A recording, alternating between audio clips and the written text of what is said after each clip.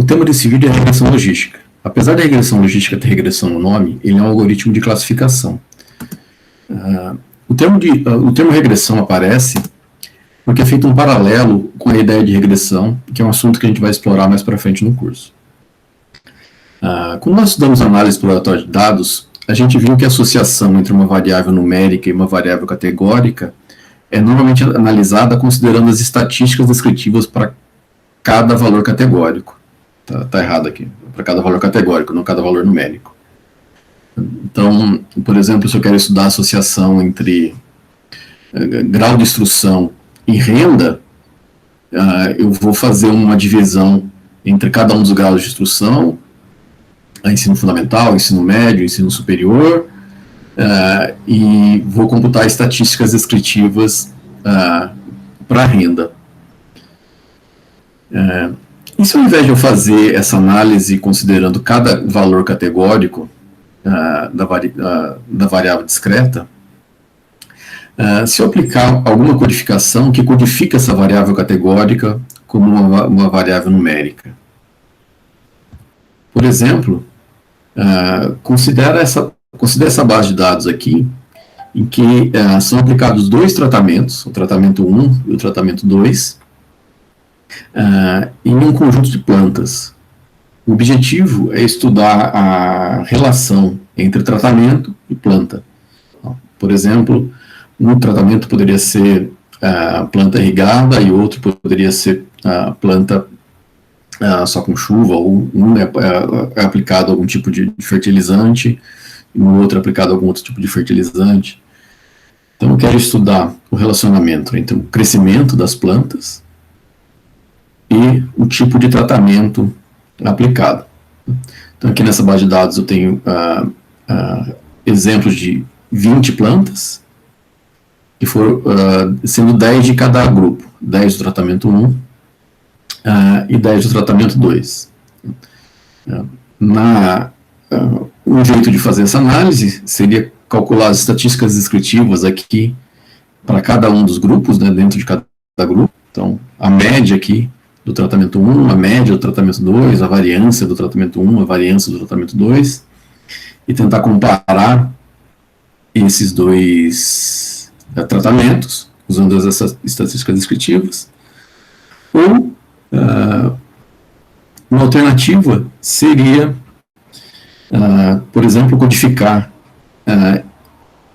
esse grupo aqui, o tratamento 1, como sendo o valor 0, e o tratamento 2 como sendo o valor 1, pensando em um problema de classes binárias, em um problema de duas classes. Classe 0 é a classe negativa e classe 1 é a classe positiva. Fazendo essa codificação, então o tratamento 1 eu codifiquei como 0, o tratamento 2 eu codifiquei como 1. Eu posso analisar a relação linear entre essas duas variáveis, como a gente viu lá, a relação linear entre duas variáveis numéricas. E tem, inclusive, aqui a reta que descreve essa relação linear, a melhor reta que descreve essa relação linear. Então, aqui seria uma análise dessa base de dados, em que eu codifiquei aquela variável categórica como sendo uma variável numérica. Apesar de ser possível fazer isso, então aqui a gente tem o tratamento 2 e o tratamento 1, e a gente vê que tem uma correlação positiva aqui, né? Então, as plantas do tratamento 2 tendem a ter uma média de comprimento maior do que as plantas do tratamento 1. Essa codificação ela tem algumas limitações. Por exemplo, nós temos valores discrepantes na variável resposta. A gente tem aqui valores maior que 1 nessa reta aqui, que descreve essa relação, e valores menores do que 0. Então isso é uma limitação, é um drawback,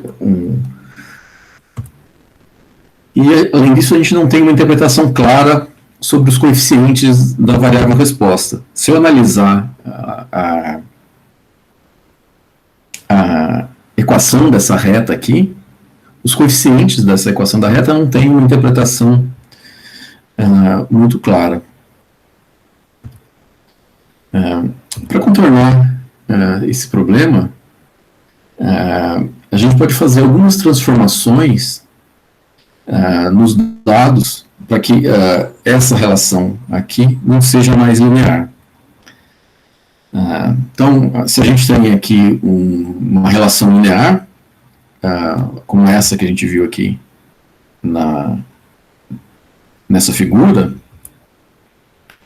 em que eu tenho a equação da reta como sendo y igual ao b0, né, que é o intercepto da reta, mais b1, que é o coeficiente angular da reta x. Tem outras maneiras de representar, a mais bx, a mais mx, b mais mx. Aqui eu estou representando como b0 e b1. O que essa equação aqui quer dizer? Ela me diz que se eu mudar a variável x em 1, se eu incrementar um 1 na variável x, eu espero que a variável y mude em uma proporção de b1. Então eu espero um crescimento de b1 na variável y para cada valor que eu acrescento de x. Se b1 for negativo, né, se a relação for negativa, eu vou ver uma diminuição. Se o b1 for positivo, eu vou ver um aumento. Se eu aplicar o logaritmo na variável resposta, aqui o logaritmo nesse lado, e tiver essa equação da reta aqui, se eu mudar o x de uma unidade, se eu acrescentar 1 em x, eu vou ter uma mudança em y de 100 vezes B1%. Então aqui eu tenho uma relação de percentagem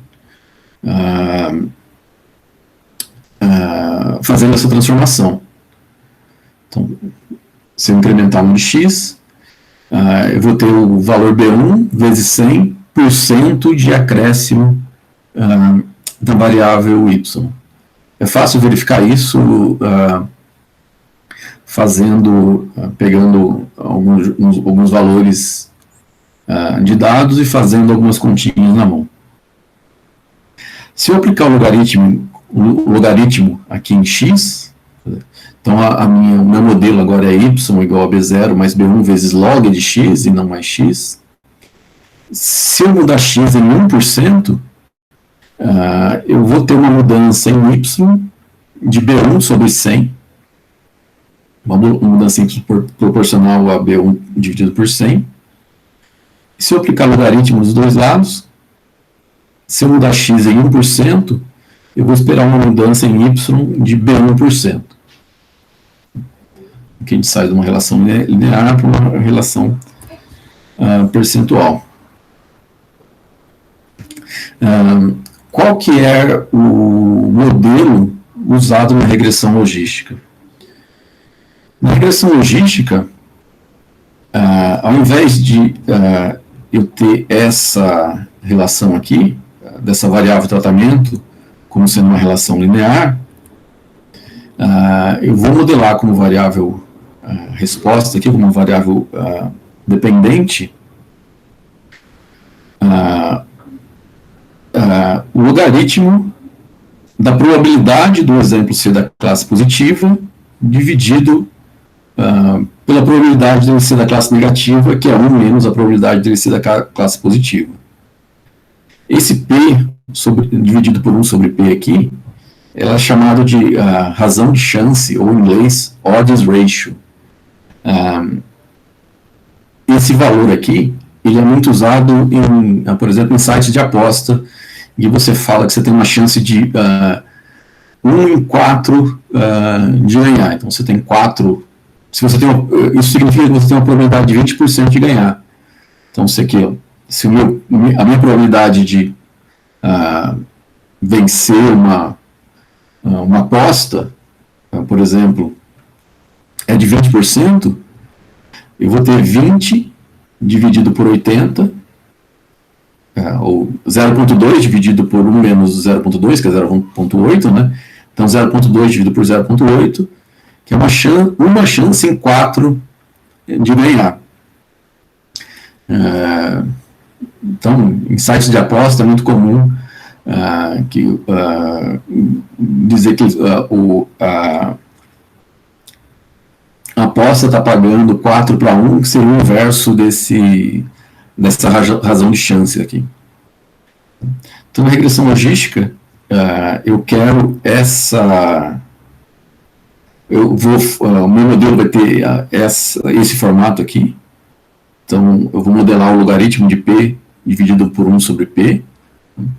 Então, vejo aqui, se a probabilidade do exemplo ser da classe positiva for 0, esse valor aqui tende a 0. Se a probabilidade do exemplo ser da classe positiva for 1, esse valor aqui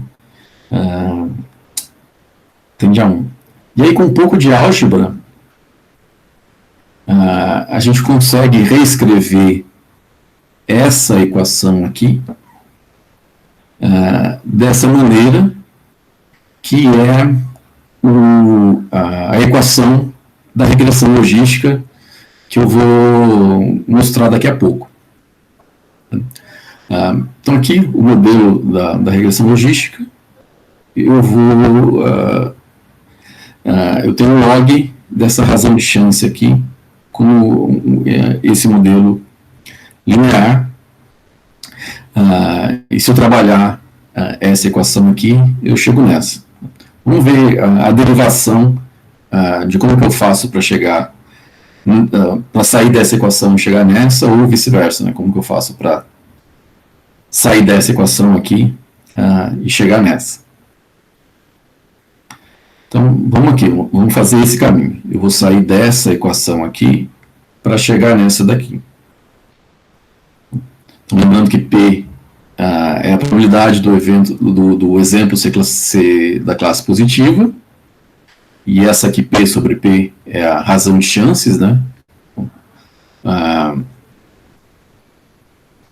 Uma probabilidade de 0,5, eu tenho 1-1, a chance de 1-1 do exemplo ser da classe positiva. Num P igual a 0,2, eu tenho a chance de 1-4 do exemplo ser da classe positiva, e um P de 0,8, eu tenho uma razão de 4-1 do exemplo ser da classe positiva. Então, eu vou partir dessa equação aqui, que é a fórmula da equação logística, para chegar nessa outra equação aqui. Aqui a equação como está aqui embaixo. E aí, para fazer essa derivação é álgebra. Então, vou pegar esse termo aqui que está dividindo e vou passar para o lado de cá multiplicando. Eu chego nessa expressão aqui. Aí eu vou aplicar a distributiva aqui, tem a multiplicação, essa multiplicação aqui está multiplicando P sobre essa soma, então eu vou aplicar a distributiva, P vezes 1 mais P vezes essa exponencial aqui, então aplico a distributiva. Aí eu peguei esse cara aqui que estava somando, passei para esse lado aqui subtraindo, cheguei nessa expressão aqui. Agora essa exponencial aqui, ela tem ela está elevado aqui um valor negativo, e isso aqui é o equivalente a colocar isso aqui dividindo com o sinal trocado, né? Então eu peguei isso daqui que está elevado a uma exponencial negativa, jogo ele aqui para baixo,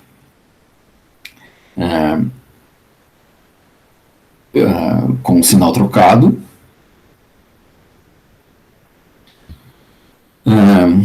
E aí, esse cara aqui que está dividindo, eu passo para lá multiplicando, e esse aqui que está multiplicando, está ali multiplicando, eu passo para cá dividindo. Eu troco esses dois termos aqui, e aí eu cheguei nessa expressão aqui. E aí eu aplico o logaritmo dos dois lados, e eu cheguei naquela primeira expressão. Cheguei nessa expressão aqui. Então eu saí dessa expressão aqui, e cheguei nessa. Se eu quisesse fazer o caminho contrário, é só fazer os passos nessa ordem aqui, que eu sairia dessa expressão aqui para chegar nessa expressão aqui. Então, a regressão logística, ela nos permite predizer a probabilidade da classe baseado em variáveis contínuas, apesar que eu posso incorporar também variáveis categóricas, fazendo transformação de categórica para numérica.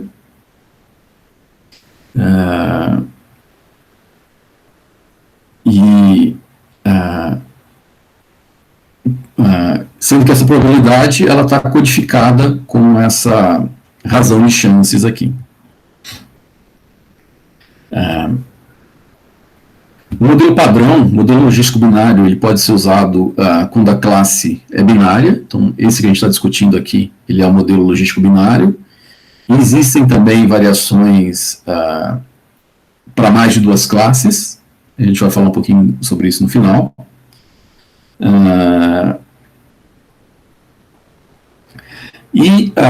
Esse modelo nos permite calcular o quanto uma mudança em x afeta a razão de chances, ou a chance do exemplo ser mais ou menos positivo, que está relacionado com a probabilidade, aquela razão de chance que está relacionado com a probabilidade. Então, esse aqui é aquela figura lá atrás que eu tinha feito com uma expressão linear aqui, uma regressão linear entre essas variáveis, agora usando essa versão da regressão logística, que ao invés de modelar como uma variável resposta, uma variável binária 0 e 1, eu estou modelando aqui como variável resposta essa razão de chance aqui, o log dessa razão de chance. Então, o modelo agora, ele tem esse formato de um S deformado aqui, que é a função sigmoide, ou também conhecida como função logística. Estou chamando de função logística aqui, mas ela também é chamada de função sigmoide, para ter essa forma de S aqui. Então, aqui no limite, ela sai aqui do 0, aí vai crescendo, aí tem um ponto aqui de inflexão, aí tem um outro ponto de inflexão aqui, mais um ponto de inflexão, e aí aqui ela cresce, no outro limite aqui, ela é igual a 1. É por isso que eu codifiquei, eu esqueci de falar, mas por isso que eu codifiquei as variáveis, as classes, como sendo 0 e 1, porque a função sigmoide, ela está definida no intervalo entre 0 e 1. Por isso que eu usei 0 para o tratamento 1 e 1 para o tratamento 2. Então, e aqui a gente pode interpretar essa função logística como sendo a probabilidade, ou a razão de chance, do exemplo C da classe tratamento 1 ou tratamento 2. Então, aqui, o 0,5 aqui, ele está exatamente aqui. Então, os exemplos para cá, para trás desse ponto aqui, quem tem uma altura menor do que 5 e alguma coisa aqui, tem uma maior probabilidade de ter sido uma amostra retirada do tratamento 1, e quem tem uma altura maior que 5 e alguma coisa aqui, tem uma probabilidade maior de ser uma amostra retirada do tratamento 2. Então aqui é mais provável que isso aqui seja o tratamento 2, e aqui é mais provável que seja do tratamento 1. E se eu tiver uma nova amostra que eu não sei de onde que ela veio, qual o tratamento que foi aplicado, eu posso jogar aqui nessa sigmoide e posso usar ela para predizer qual que é a classe mais provável, qual que é o tratamento mais provável dado a altura daquela planta. Então, se a planta tiver uma altura de 6, por exemplo, é mais provável que ela tenha sido do tratamento 1. Então, eu classificaria aquela planta como sendo pertencente ao tratamento 1. E se eu tenho uma planta cuja altura é 4 centímetros, eu não sei se ela é tratamento 1 ou 2, a predição, de acordo com o modelo, é que foi aplicado o tratamento 1 naquela planta. Daqui para cá, o modelo prevê o tratamento 2, e daqui para cá, o modelo prevê o tratamento 1.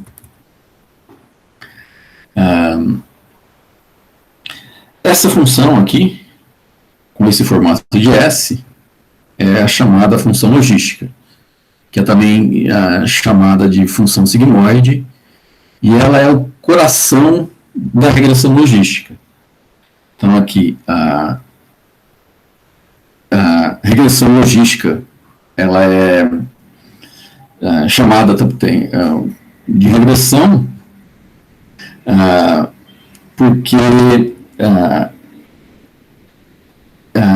por meio dessa transformação aqui a gente pode traçar um paralelo entre a regressão linear, que seria aquela reta que a gente viu lá como primeiro exemplo, que seria esse modelo aqui, modelo linear, e o modelo logístico, em que a probabilidade aparece aqui conforme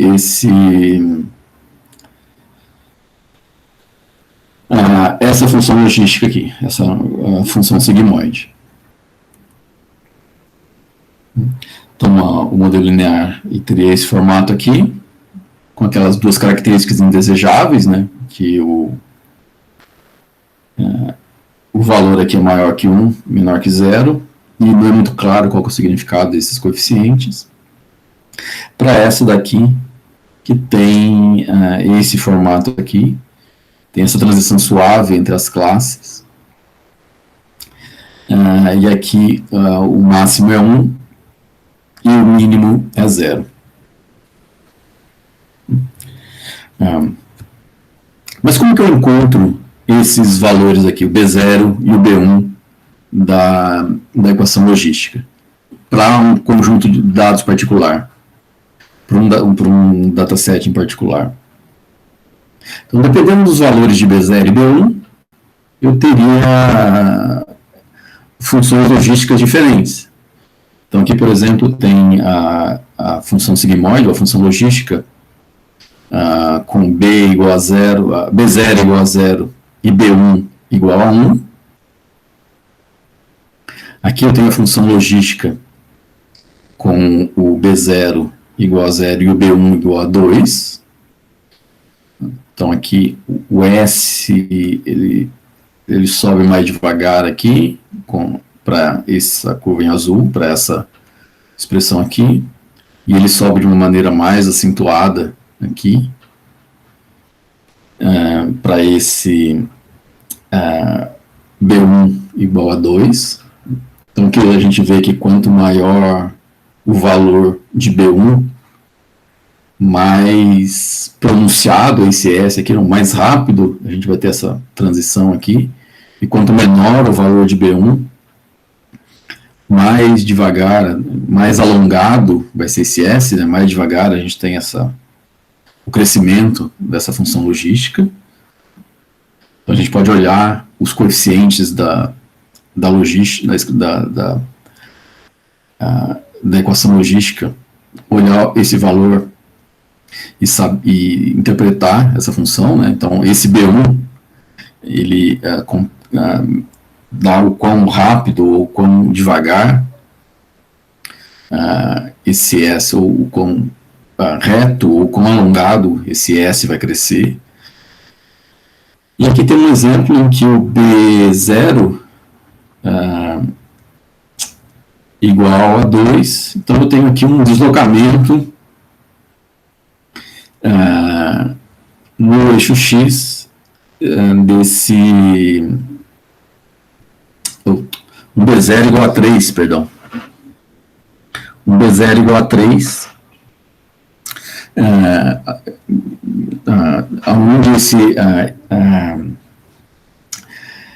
esse B0 ele dá um deslocamento nesse S. Então, esse B0 ele vai pegar esse S e deslocar para cá ou para cá. Então, B0 igual a 0, ele vai cruzar aqui o ponto de inflexão aqui no 0,5 exatamente no 0, e um B0 maior do que 0, eu vou pegar essa sigmoide e trazer ela mais para cá, e um B0 menor do que 0, eu vou trazer essa sigmoide mais para cá.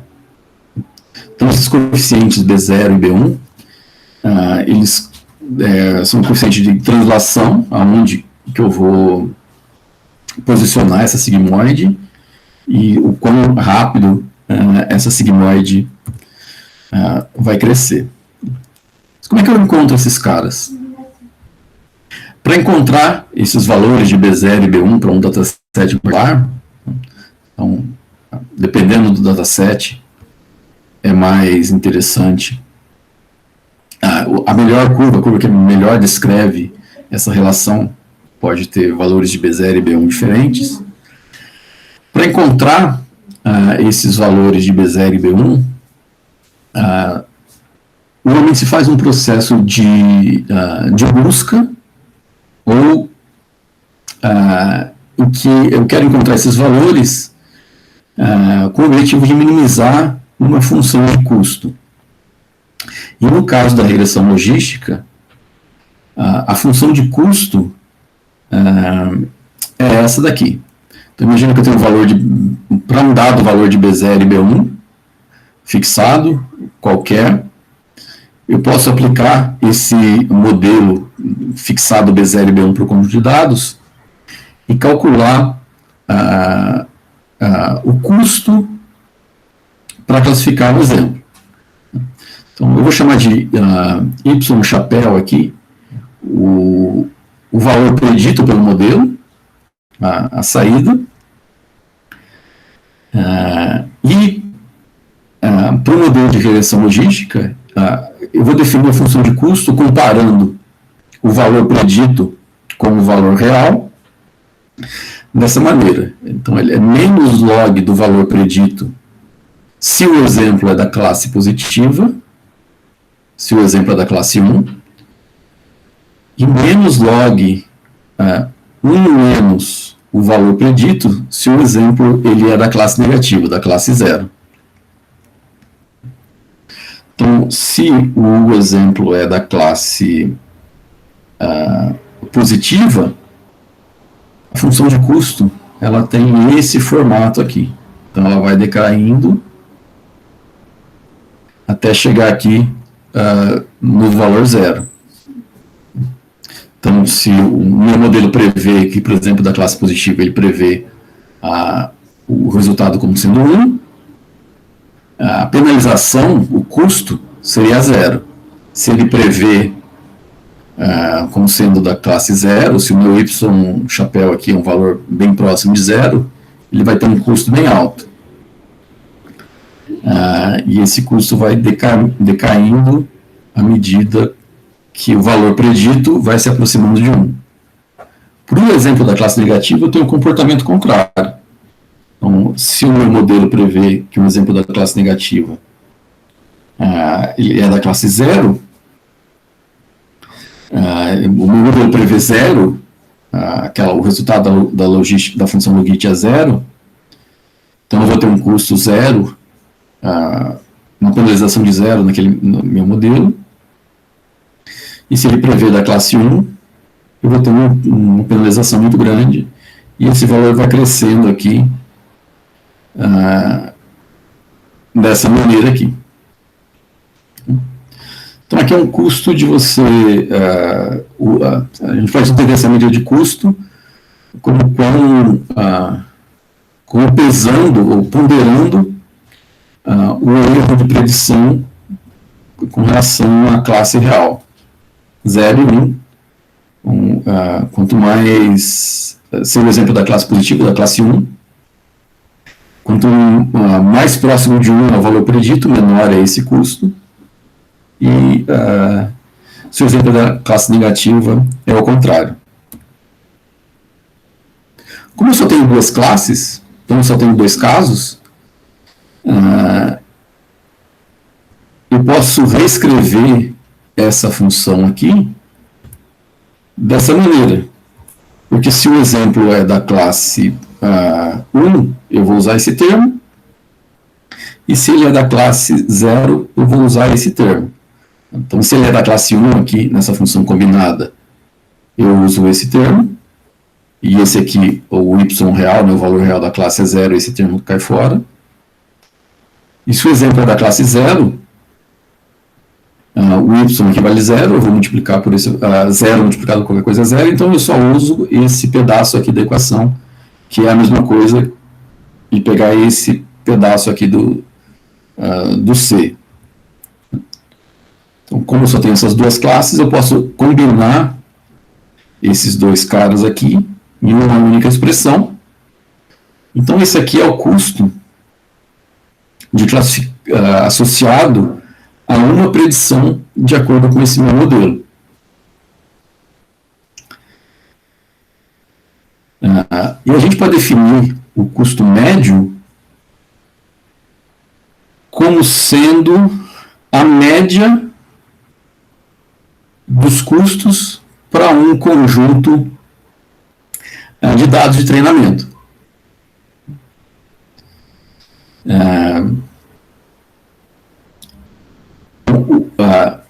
O melhor modelo, aquele que melhor se adequa a uma base de dados, ele vai ter um valor de B0 e B1, os coeficientes daquela expressão logística, que minimiza o custo.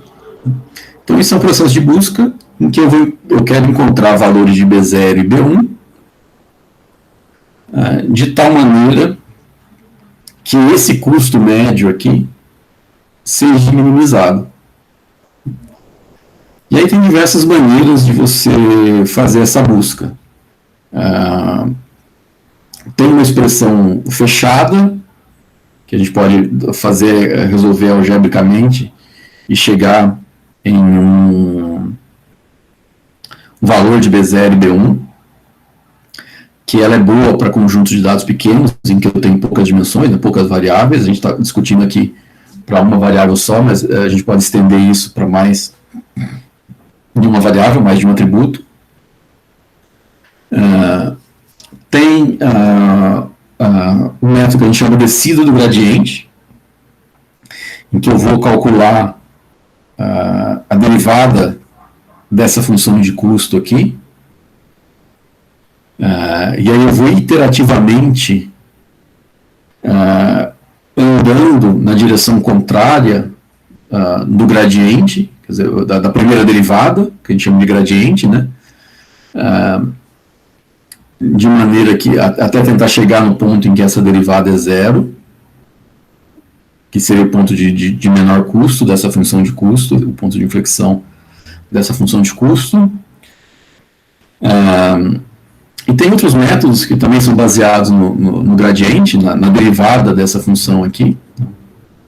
Então, essa função de custo é uma função quadrática. O número dela é quando essa derivada é 0. Então, tem diversas técnicas de busca que tentam olhar esse gradiente, olhar essa derivada dessa função de custo, para tentar encontrar o mínimo, o valor de B0 e B1, que minimize essa função de custo. E aí, para predizer, uma vez que eu encontrei esse valor B0 e B1 que minimiza essa função de custo,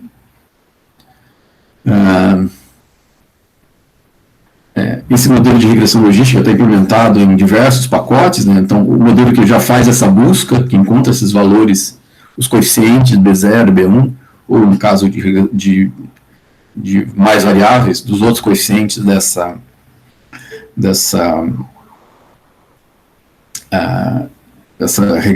logit, dessa função sigmoide. Está implementado em vários pacotes. Então, uma vez que eu encontrei esses coeficientes que melhor se adequam para o conjunto de treinamento, eu posso usar esse modelo para predizer a classe, utilizando aquela que tem maior probabilidade, segundo o modelo. Ou, em outras palavras, é o equivalente a predizer a classe 1, se o valor da saída do modelo, né, for maior que 0,5, e 0 caso contrário.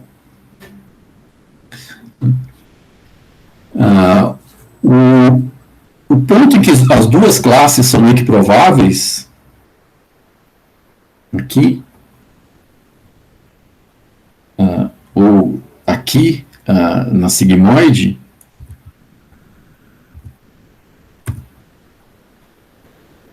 se a gente olhar a forma da equação aqui, esse valor vai ser meio quando esse cara aqui, essa parte de baixo da equação for 2, e para isso aqui ser 2, isso aqui tem que ser 1. E para isso aqui ser 1, esse cara aqui tem que ser 0, porque todo número elevado a 0 é igual a 1. Então, quando isso aqui é meio, quando isso aqui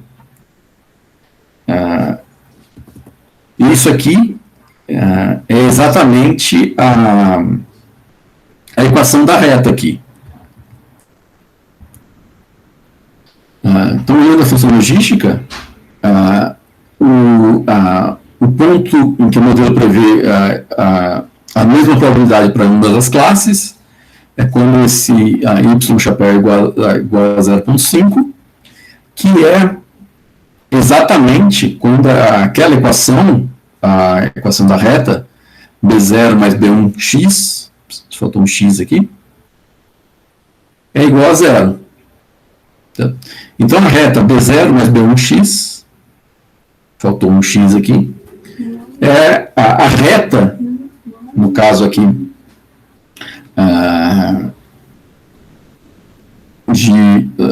só uma categoria, em que é a fronteira de decisão entre as duas classes.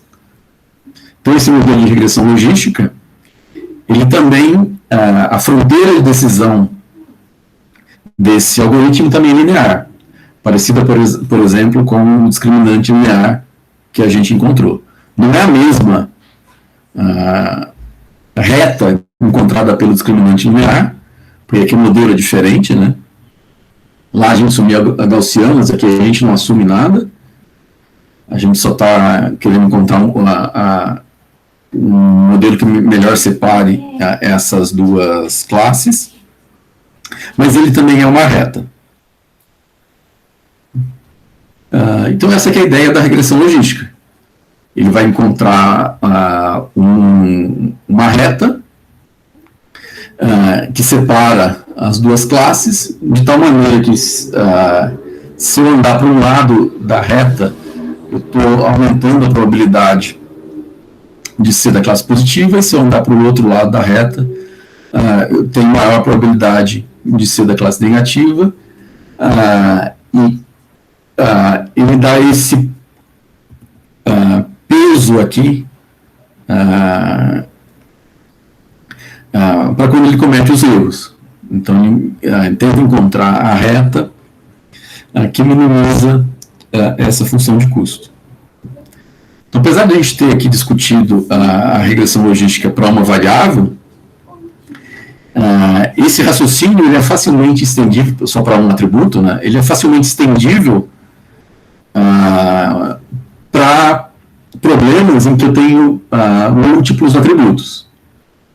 Só que ao invés de eu ter um coeficiente para um deles, eu vou ter um coeficientezinho para cada um dos atributos.